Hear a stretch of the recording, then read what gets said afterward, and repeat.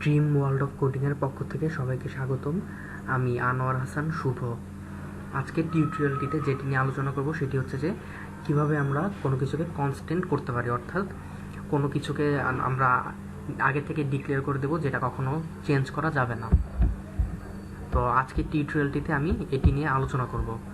তো প্রথমে আমি ইমুলেটর ইমু 80860 ওপেন করব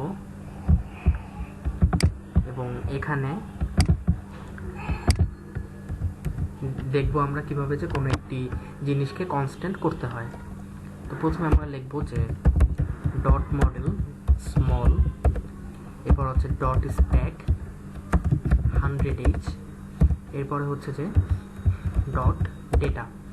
তো এই জিনিসটা কোনো কিছুকে কনস্ট্যান্ট করতে হলে এটা সবসময় ডট ডেটা সেগমেন্টে করতে হবে। সাপোজ আমি একটি ভেরিয়েবল এবং এর মান আমি 1 সেট করব, যেটা কখনো চেঞ্জ করতে পারবো না। তো এই জন্য যখন আমরা ডেটা কোনো ভেরিয়েবলকে ডিক্লেয়ার করতাম, এরকমভাবে ডিক্লেয়ার করতাম যে ভেরিয়েবলের নাম, তারপর হচ্ছে যে ডিফাইন ডেটা বাইট বা ডিফাইন ওয়ার্ড যেটা ইউজ করি, এরপর হচ্ছে যে সেই ভেরিয়েবলের সংখ্যা। তো এখন কোনো কিছু কনস্ট্যান্ট করার জন্য যেভাবে লিখতে হয় সেটা হচ্ছে যে প্রথমে আমি নাম দিব এবং এরপরে হচ্ছে যে এটি ইউজ করব ইকো, যেটা দ্বারা আমি কোনো কিছুকে কনস্ট্যান্ট করতে পারি। তো এটার ভ্যালু সেট করে দিলাম 1। এখন ডট কোডের কাজ করব। তো ডট কোডে প্রথমে আমাকে ডট ডেটা সেগমেন্টকে ইনিশিয়ালাইজ করতে হবে। তো ইনিশিয়ালাইজ করার জন্য প্রথমে লিখতে হবে যে মুভ মেইন প্রক, এরপর হচ্ছে যে move ax, @data move ds, ax। এখন এই জিনিসটাকে যদি আমি প্রিন্ট করতে চাই,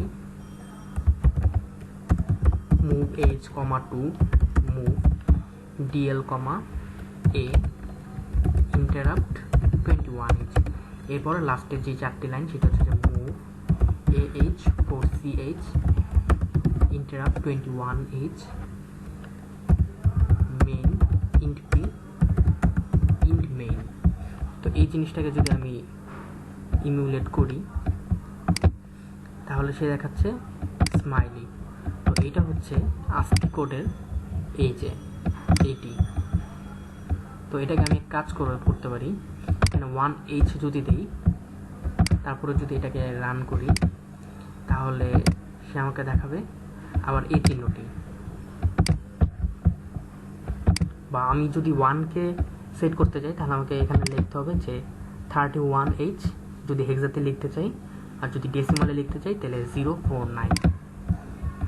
তো এখানে যদি 049 সেট করি তাহলে সে কি দেখায়,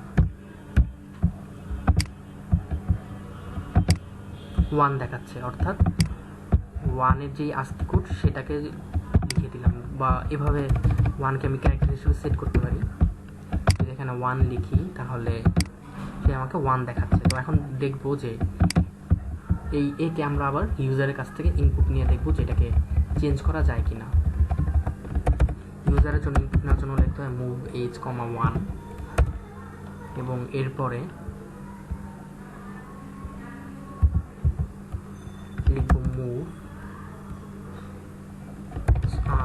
ইন্টারাপ্ট 21h, আর হচ্ছে মুভ a, al।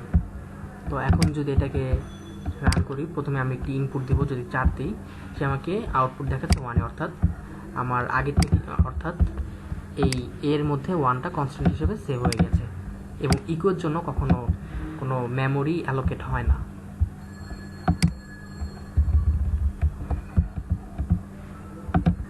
তো এখন আমরা একটি স্ট্রিং প্রিন্ট করে দেখব যে স্ট্রিংয়ের ক্ষেত্রে কিভাবে হয়।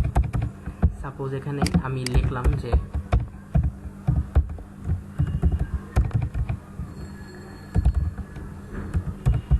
কনস্ট্যান্ট এবং এখানে একটি $সাইন দিয়ে এটাকে শেষ করতে হবে। তো এখন যদি আমি এই স্ট্রিংটাকে প্রিন্ট করি তাহলে আমাকে প্রথমে লিখতে হবে অর্থাৎ লোড ইফেক্টিভ অ্যাড্রেস, এবং এখানে লিখতে হবে dx, a মুভ ah, 9। কারণ স্ট্রিং প্রিন্ট করার জন্য আমাকে এই মুভ H9 লিখতে হয় এবং ইন্টারাপ্ট 21H। এটাকে যদি ইমিউলেট করি, সে দেখাচ্ছে যে 12 নম্বর লাইনে একটি ইরর আছে এবং ইররটি হচ্ছে যে can not convert to 16-bit value constant. তো এখন যেটা করতে হবে যে এটার জন্য একটি মেমোরি নিতে হবে, অর্থাৎ এই এর জন্য একটি জায়গা নিতে হবে। তো সেটাকে লিখলাম আমরা বি।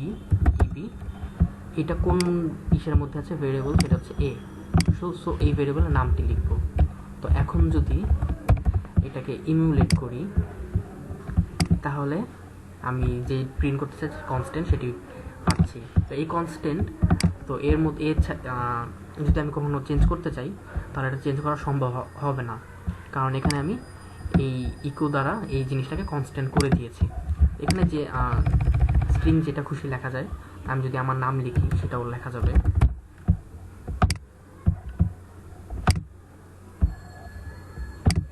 তো এটাই ছিল যে আমি কোনো একটি জিনিসকে কিভাবে কনস্ট্যান্ট করতে পারি।